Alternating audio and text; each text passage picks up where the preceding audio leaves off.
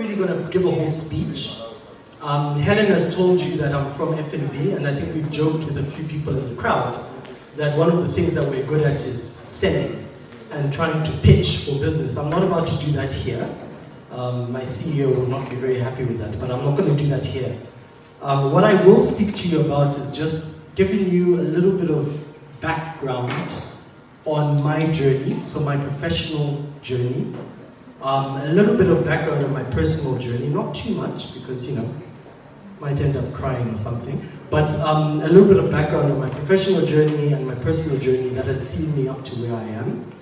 But in addition to that, and I'll close with it, is I will share a couple of insights in terms of what we, and I say we from the financial sector, but me as well as an individual, see when it comes to the market in terms of businesses and how they operate. Some of the tips, or some tips that I could share from the learnings and lessons that we've observed, and also, some of the challenges that we've noted and perhaps how those can be overcome.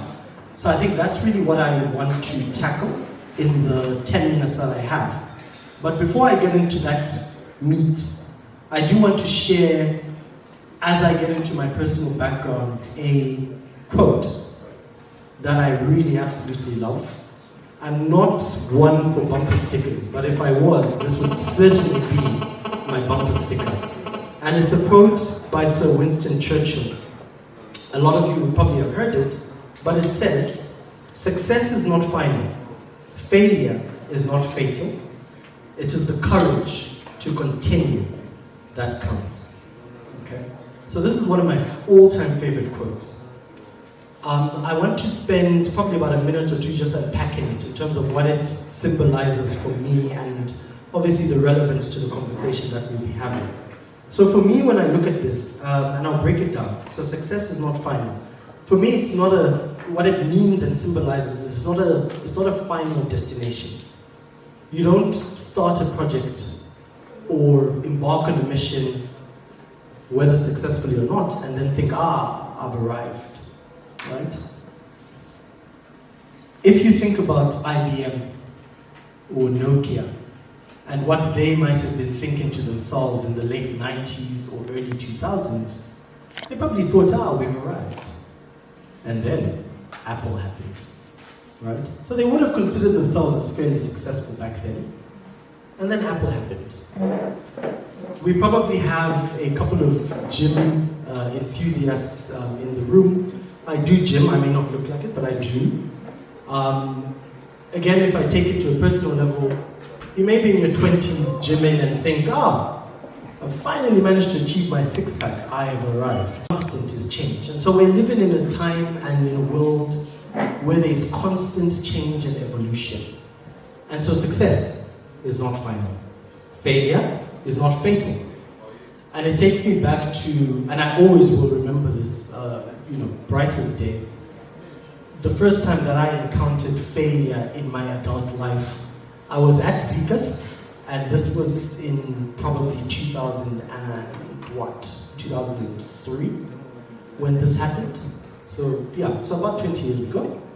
But I still remember it bright as day, like I said. I had been quite a good academic through primary school, through secondary school, and I went into college to study accountancy, and I thought, this is going to be a breeze. So the first year I did my CAT, which was Certified Accounting Technician program. It ran for a year, probably had about 6 or 7 modules, and I aced them. Spending Wednesday nights and Friday nights at Zenon, and I was still able to ace them. So I thought, this college thing is a breeze. And then I went into my second year.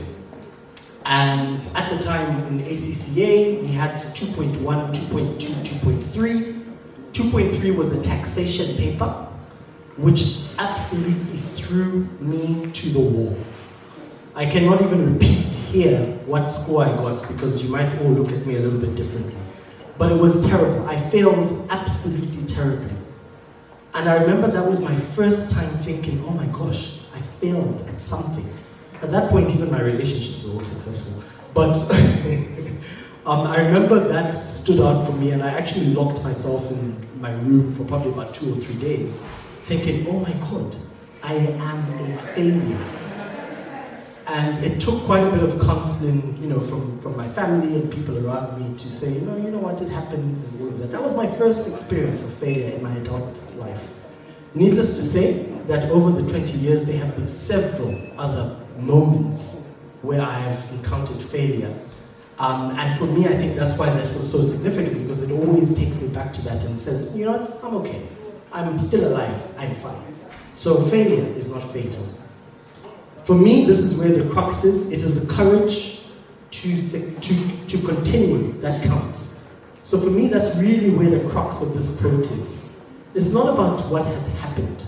It's not about how successful you think you are on a particular project or how you failed at a particular task. But regardless of all of that, it is the courage to keep going that really, really counts and really matters.